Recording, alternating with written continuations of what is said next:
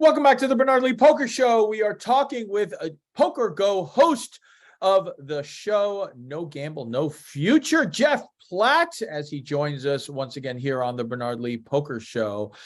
Jeff, talk a little bit about the kind of start of the show. Even though the first episode of the show was on August 1st, earlier this month, the concept and really the brand started earlier last year as kind of like a podcast first, right?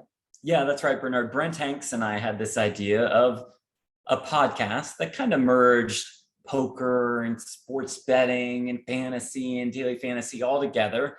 And that was titled No Gamble, No Future. And when we thought that our poker content was what stood out from that podcast. So fortunately for us, and Brent deserves a lot of credit for this, we were able to turn that podcast into a full-fledged studio cash game / sit and go show. And the goal for this show was to branch out, was to be just a little bit different than the other cash games that you see. You know, high stakes poker is incredible. Poker After Dark is absolutely legendary. We wanted to be a little bit different. We wanted the action to be top level, but also the entertainment value to be there. And we wanted to have incredible table talk. And we wanted to have a list of absolutely crazy characters, some of whom you already know, some of whom you'll get to know throughout the show. And we thought that if we merged all of that together, that we would really have something. And I think, I mean, you said it, that some episodes have started to air. We already shot the entire first week of the show, or first season of the show, excuse me. We did it within a week. And I genuinely think that we really have something here. We really have something with No Gamble, No Future. And you know, it's mainly thanks to the players. A lot of it is thanks to our incredible crew at PokerGo. A lot of it is thanks to Brent Hanks, who really had this idea and just took off with it. And I think that poker fans, whether you're a super serious, diehard, hardcore poker fan, or just a super casual one who likes to flick some poker on once every month during your home game, I think everybody will be pretty entertained by this show. Yeah, it's a high stakes cash game, and I'm talking high stakes. This, you know, when I first turned on, I don't know why, I just didn't expect it to be that high. 200, 400 cash game with a 400 big blind ante. Minimum buy-in is $100,000. And the majority of the people don't buy in for 100. We had, 400,000, $250,000, et cetera, et cetera. You have players in the first series: Alan Keating, Robert RBJ, I always say RB, JRB, Jean-Robert Berland. Then there's some other people as well that often just play at the Bellagio, but we don't know them very often, right? Right, exactly. So we really took Eric Perston's game, who has started to step into the poker spotlight a little bit, especially after that very contentious heads-up match against Phil Hellmuth during the PGT Heads-Up Showdown. He's also been on high-stakes poker. We thought he was great to build a game around. And Bernard, he already has a game at the Bellagio with these guys. And so we kind of just picked that game up and took it over here to the PokerGo's studio. So we were able to introduce some new characters like a Matt Hanks, who's been playing high-stakes cash for years and years and who has declined a bunch of invites to be on various PokerGo shows. And now we have him, and we think he's turned into a superstar. The guy is just all action all the time. He did really well in this game that we just featured on No Gamble, No Future. He's in another absolutely massive game. And so, we have our high stakes element of the show, but what was important to us was to also feature a more relatable, more low stakes version. So you'll see later this year, just a 5-10 game with Maria Ho and some celebrities. And that was honestly just as entertaining as this super high stakes game. And I think you'll see a hand in that 5-10 game that's going to be talked about for years to come, which is crazy because you normally just talk about the massive hands with a lot of money at stake. But I think you'll see crazy hand in this 5-10 game too as well. And so I think the versatility of No Gamble, No Future is going to help set it apart as well. Yeah, now I'm glad you mentioned that, because to have Maria Ho, obviously a well-known player, a Women's Poker Hall of Famer. Elia Lezer, I know, is going to join you. Nick Schulman, Boston Rob will be on there, who everyone loves, David Williams. I mean, it's really a great lineup to have. And having someone like Boston Rob playing is really great because it brings in another audience, not just the poker audience, but obviously the Survivor audience as well, right? That was really important to us. And especially with Boston Rob's relationship with PokerGo as the newest ambassador, I think it's important to the industry to always look at bringing in new players to the game. And if we can feature Boston Rob, which we did, and if he's great, which he is on camera, as you know, he's just the perfect guy to have as the centerpiece of one of our No Gamble, No Future episodes. And hopefully that will draw more and more people to the game. We also had 76ers president of basketball operations, Daryl Morey, who joined us for a day, and he had such a good time. He was like, can I come back tomorrow? Can I come back tomorrow? Like, we have no seats available. And then a seat became available, and we brought Daryl Morey back for another day. So maybe, that'll help bring in some of the NBA community. And so I think the future is very bright. And that was one of the goals of the show, was to just bring more and more people into this game that we know and love. How about, I know that you talk about it a lot in the show, like prop betting is encouraged. Are some of the future episodes, are there some really fun, cool prop bets going on? There are, and I think that was just another element of the show that was unique and creative that we wanted to incorporate. I think looking back, Bernard, at season 1, that's going to need some tweaking, some reevaluation of sorts. It sparked a discussion for the most part. We didn't have many prop bets between the players, and so Hanks and I just kind of took it upon ourselves to bet with each other there. So you can see the board, and hopefully the audience engages with it, but we want the players to engage with it a little bit more. And so we're trying to think of unique ways to do that in season 2. Right. And I think that, like you said, it's like a sports gambling board in the background that has certain things. People will see it when you go to PokerGo.com to subscribe, or if you already have an account, obviously to watch. Talk a little bit about, so it's in the PokerGo studio for people who haven't seen it. When you go into the right, there's a room that is very spacious and only has 5 or 6 tables set up. So there's a lot of room, but there's obviously a main table where this is on. Where are you guys commentating? Are you commentating in the back? Are you commentating at the same time? Do you do it in post-production? How are you guys doing that? Yeah, it's a good question. We're doing it live. We're doing the commentary live. Excuse me, as my voice just completely goes.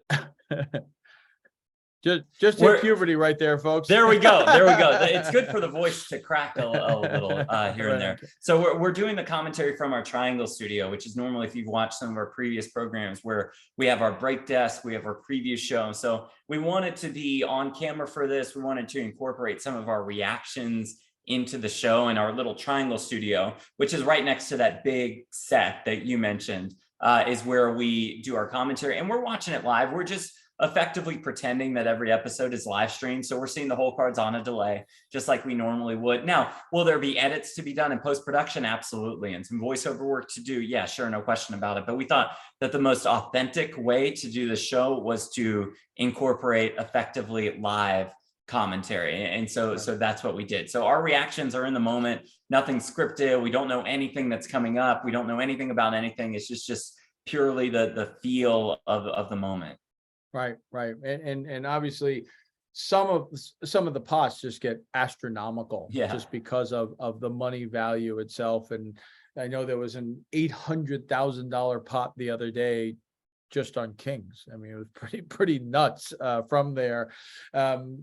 These guys obviously play at the Bellagio and are very comfortable playing at these stakes. But how have you gotten to kind of know them? I know you've talked about a couple of the names and how they've kind of gotten accustomed to it. Have they taken some time to get accustomed to the cameras, the lights, the mics and all that stuff? It's a good question, because we thought it might. I mean, think about it. If you've never played on camera, and then your first on camera experience is at the PokerGo studio, right, where we have dozens of cameras and hundreds of lights and this massive set that's built just for you guys, just for this game, and you're personally mic'd up, I would think it'd be somewhat intimidating. And we expected maybe a reserved atmosphere, at least at the beginning of these shows, but they just come out swinging. And you'll see this in future episodes. It's just right off the bat, everybody's just comfortable with one another and they're kind of in their element. They're just playing cards. It's just in a little bit different setup than it normally is. So it really didn't take anybody that long to become accustomed to the cameras and to the lights and to the overall spotlight of the show, which I think helps this show immensely. Yeah, no, absolutely. It's a lot of fun to watch.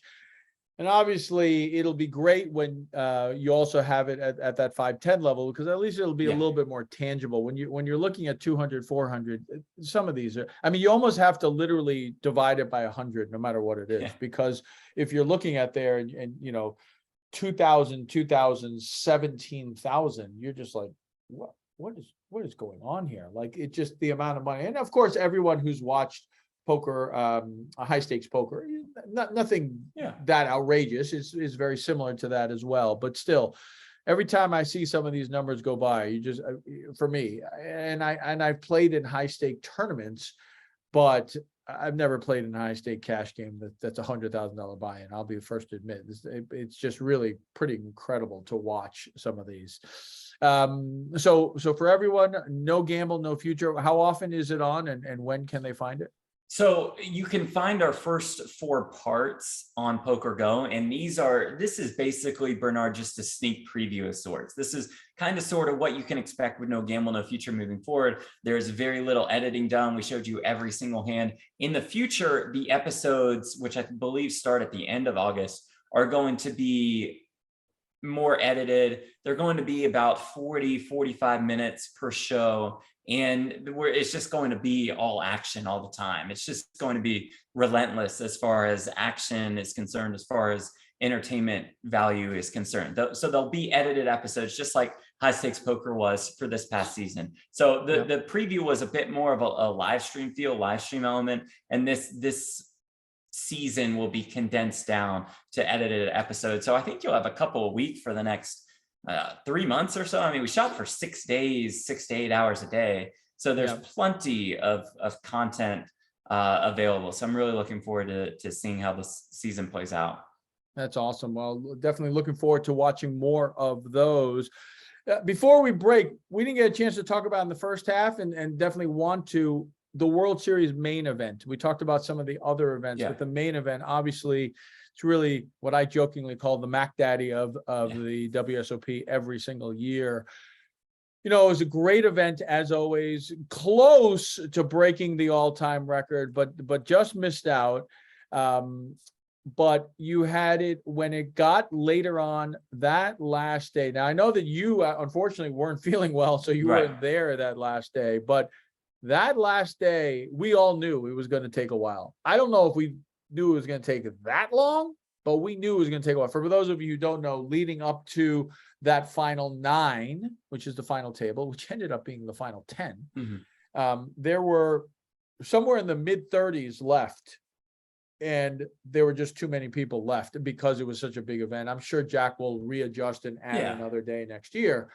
But they were playing, you know how it reminded me? It reminded me of the year that Greg Merson won with Jesse Sylvia and Jake Balzinger, where I went to bed around 1 o'clock, got up at 7 o'clock and turned the TV on. I was like, oh, wow, they're replaying it.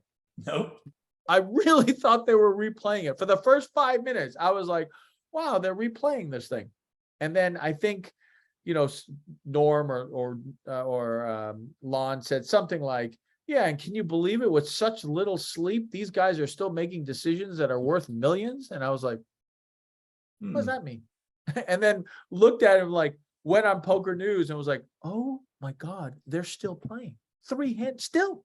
And that's really kind of how I felt with regards to the WSOP, that you kind of go to bed and there's 14 left and you wake up and you look on like, oh, who made it? And I was like, why do they not have a picture of the final 9? Like, I mean, this is ridiculous. That should be like immediately put up. And you go and you're like, they're still 11-handed. Are you kidding me? This is nuts. It must have just been a production. I mean, I know you weren't there, but just it must have been a production nightmare.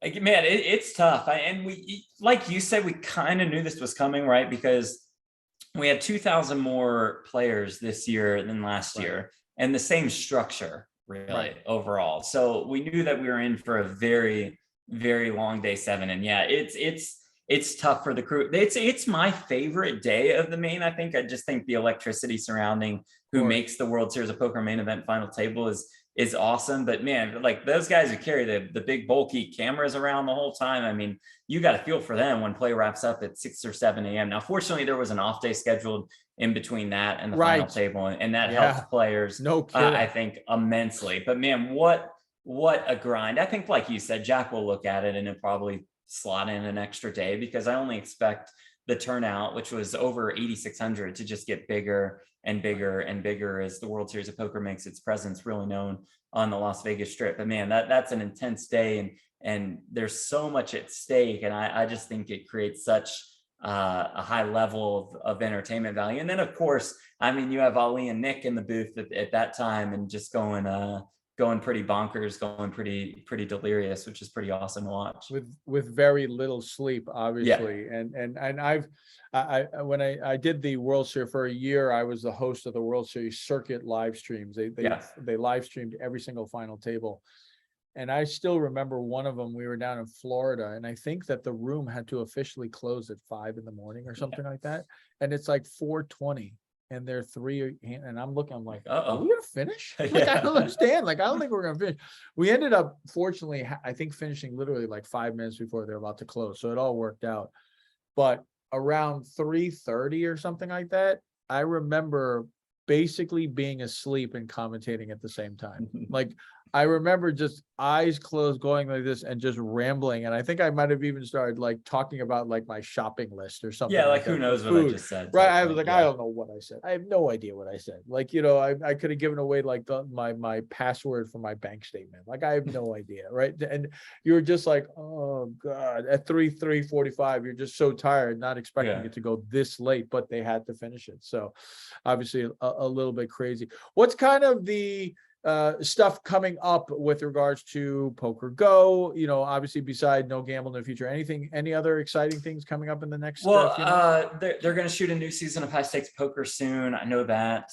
We have the Poker Masters coming up in September. That's followed up by Super High Roller Bowl in Las Vegas, which is a very prestigious event with a $300,000 buy-in. And then we'll have the next installment of high stakes duel against Phil Hellmuth, $800,000 a person. I know that Scott Seaver is out for this one, and they're currently looking at a list of replacement options. So that will be that will be just incredible. So it's a pretty full slate rest of the way, and it culminates in December with the PGT Championship, with the final 21 players, the top 21 players on the PokerGo Tour meeting in Las Vegas, and I believe it's $500K.